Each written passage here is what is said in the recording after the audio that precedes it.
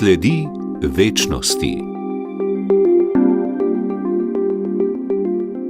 Spoštovani, veliko veselje mi je, da v studiu pozdravljam Zlato Mašnika, dr. Edvarda Kovača. Dr. Edvard Kovač, 50 let ste katoliški duhovnik. 50 let je za marsikoga izjemno dolga doba, ampak verjetno hitro minila. Ste tudi frančiškan, se pravi pripadnik frančiškanskega redu. In morda čisto prvo, malo lahko rečemo shematično vprašanje, kako ste se odločili za duhovniški poklic, za ta, rečemo lahko, duhovniški izziv. Prihajate iz severovzhoda naše domovine, iz Prlekije, bližine Gornje Radgone, kjer so bili znameniti duhovniki tudi. Naj omenjam samo dr. Antona Trstenjaka, ki je, če se ne motim, bil prav na vaši novi maši pridigar, ne?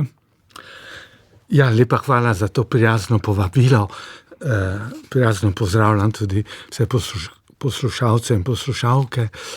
Poglejte, kakšni imajo zapovedati čudovite zgodbe, izjemne. Moja zgodba je zelo enostavna, zelo preprosta.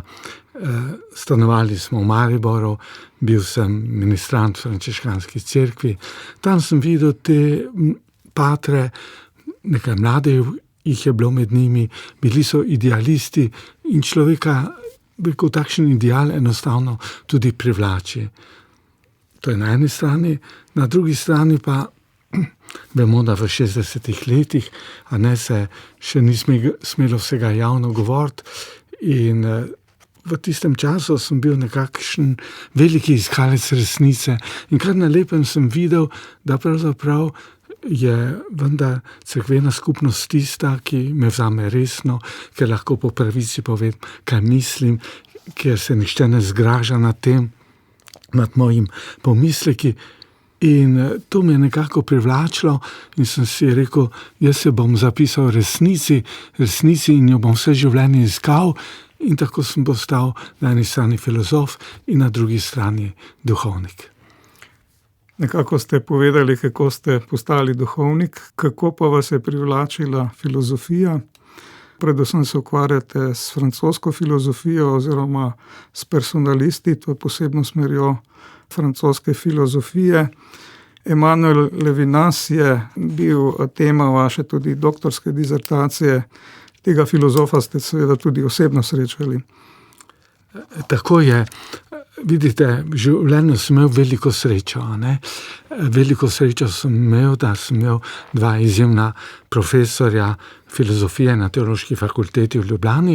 To sta bila Anton Trstenjak, ki ste ga omenili, in pa Janez Janžekovič.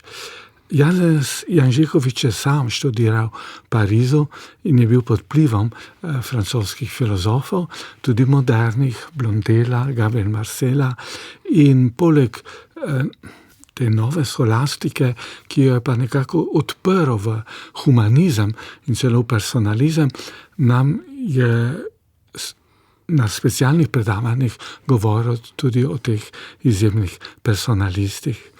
No in tako se odkril pravzaprav začetek filozofije kot take v Grčiji, kajti, če se spomnimo, na začetku je bila filozofija modrost o življenju in je odgovarjala na eksistencialna vprašanja.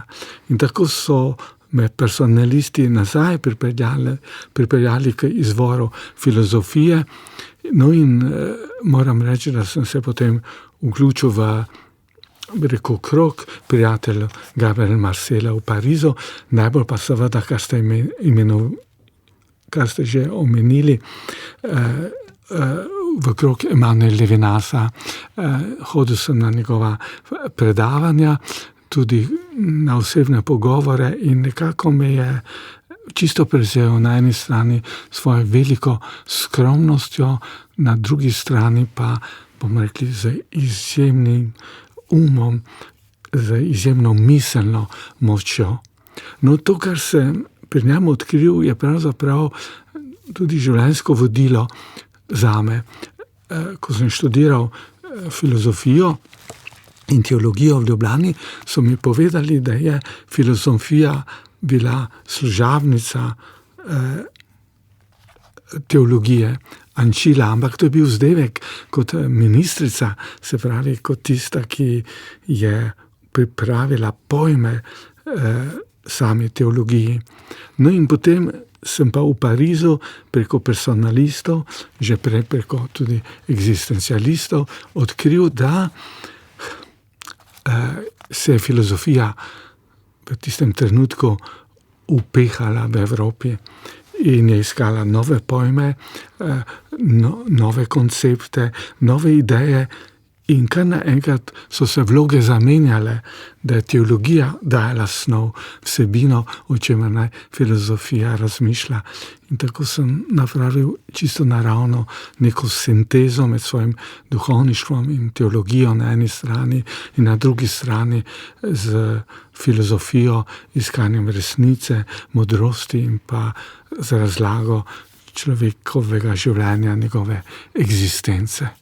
Če smo že pri filozofiji oziroma francoski filozofiji, tudi eden od vaših, lahko rečemo, rojakov iz bližnjih krajev, Edvard Kocbek, znameniti pesnik, je seveda sodeloval pred vojno že s francoskimi personalisti z revijo Esprit, recimo. Za vas je znano, da ste velik ljubitelj in tudi poznavalec slovenske, pa tudi francoske literature. Lahko rečemo, da v literaturi lahko najdemo tudi marsikaj filozofskega, ne?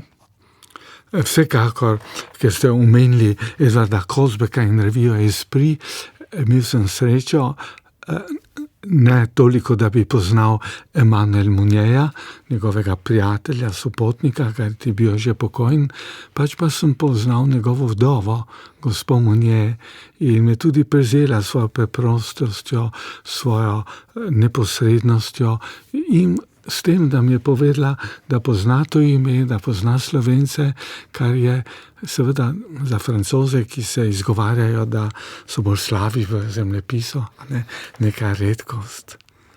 Ja, lepo ste omenili, da sta literatura in filozofija povezana. No in v Parizu sem srečal tudi izjemne poznavalce Heideggera, ki so nas opozorili, da po Heideggeru so najprej resnice ali same ideje razkrite v literaturi. In potem pridejo filozofi in iz teh idej naredijo pojme. In tako je, vemo, da je Heidegger bil pod vplivom Hölderlina in tudi Emmanuel Levinas je rekel, ne gre samo za pesništvo Celana in druge, ki jih on tudi obravnaval, pravi tudi Biblija, svetopismo je literatura.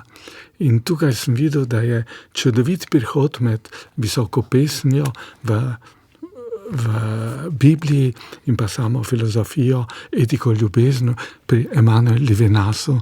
No in od takrat naprej sem našel to veliko veselje, ki me je vedno spremljalo nad literaturo, nad poezijo in seveda sam nisem začel pisati pesmi ali pa ponovno pisati pesmi, ampak sem šel v eseje in kritiki so mi rekli, da na poetični način razlagam poezijo. Jaz sem rekel, ja, tu sem jaz, eno in drugo v meni sobivata. Ste tudi seveda zelo znani esejist, celo nagrade ste sprejemali. Še vedno pišete, da nimo taki majhni eseji so duhovne misli za našo radijsko postajo. Verjetno to z veseljem upravljate. To mi je pravo veselje in sem hvaležen nacionalnemu radiju Slovenija 1, da me vabite semle in moram reči, to je zame vsaka duhovna misel izziv. In si vedno rečem, vsi ljudje smo duhovna bitja. Ni nujno, da smo vsi kristjani ali celo verni, smo pa duhovna bitja. In nekako, tako kot filozof, nagovarja vse ljudi, naj bo verni, neverni, naj v te ali one življenjske smeri, se mi zdelo prav, da tudi te moje duhovne misli preko literarne oblike nagovarjajo vse ljudi, saj te, za katere je rekel Prešern, ki v srcu dobro mislijo. No, upam, da je takih ljudi veliko. Če se vrnemo še na kratko v Francijo, tam ste veliko tudi predavali.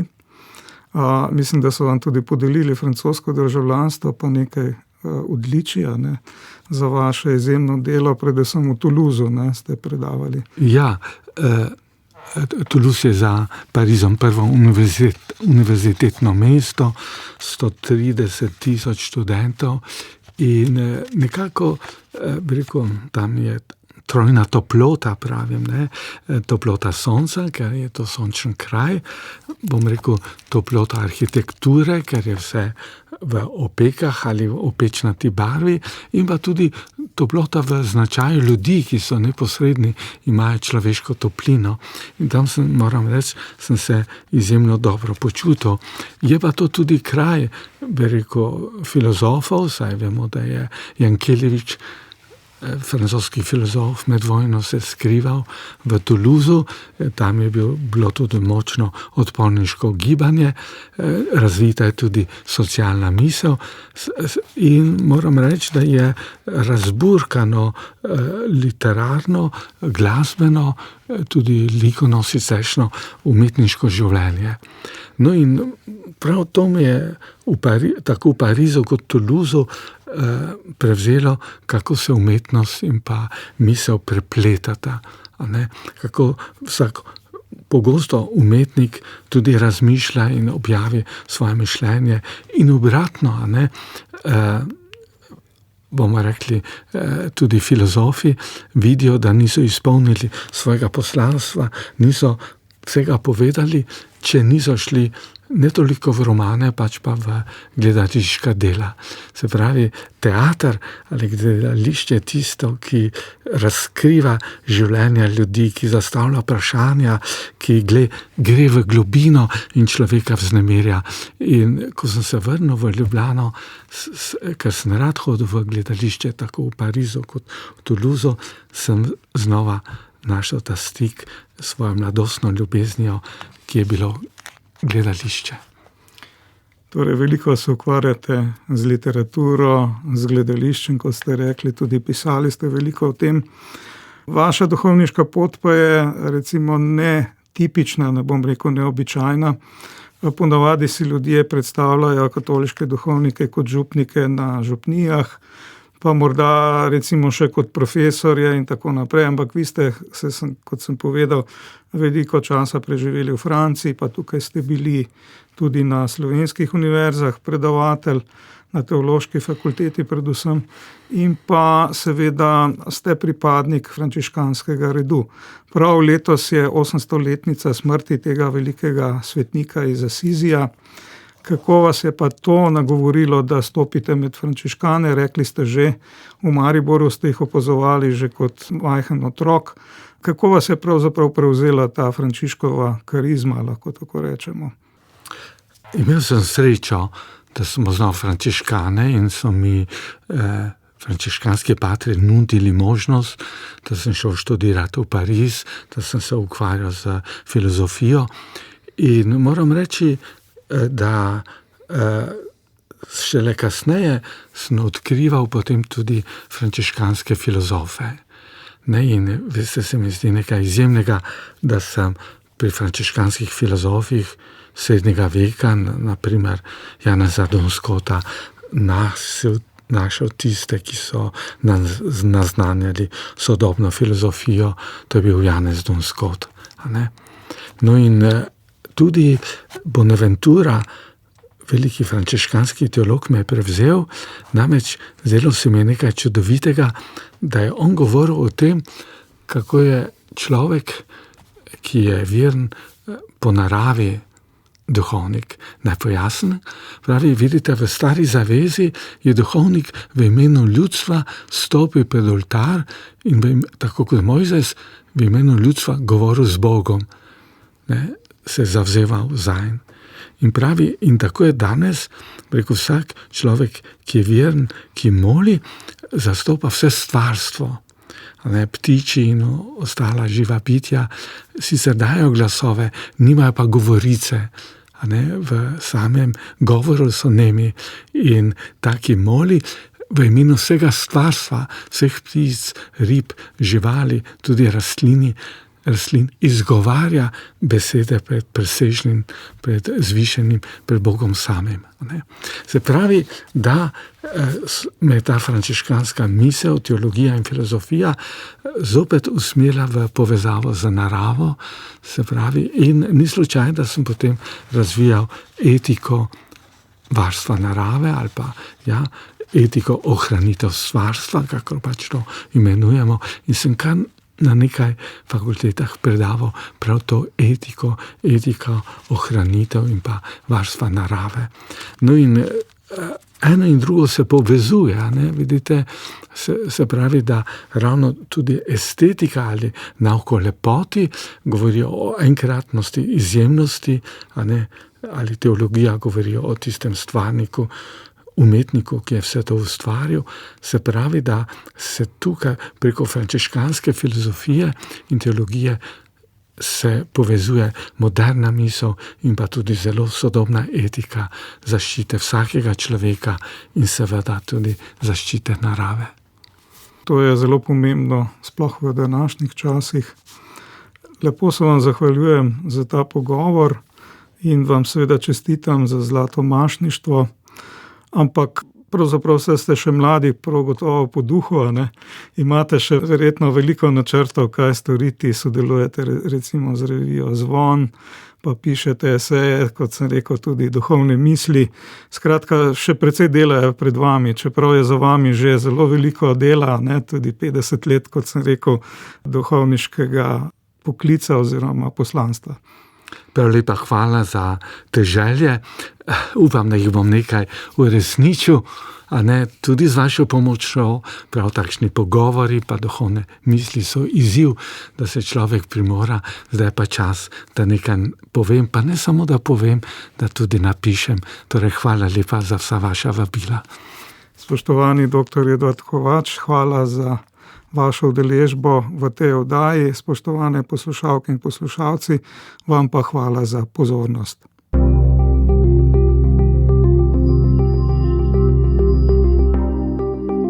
Sledi večnosti.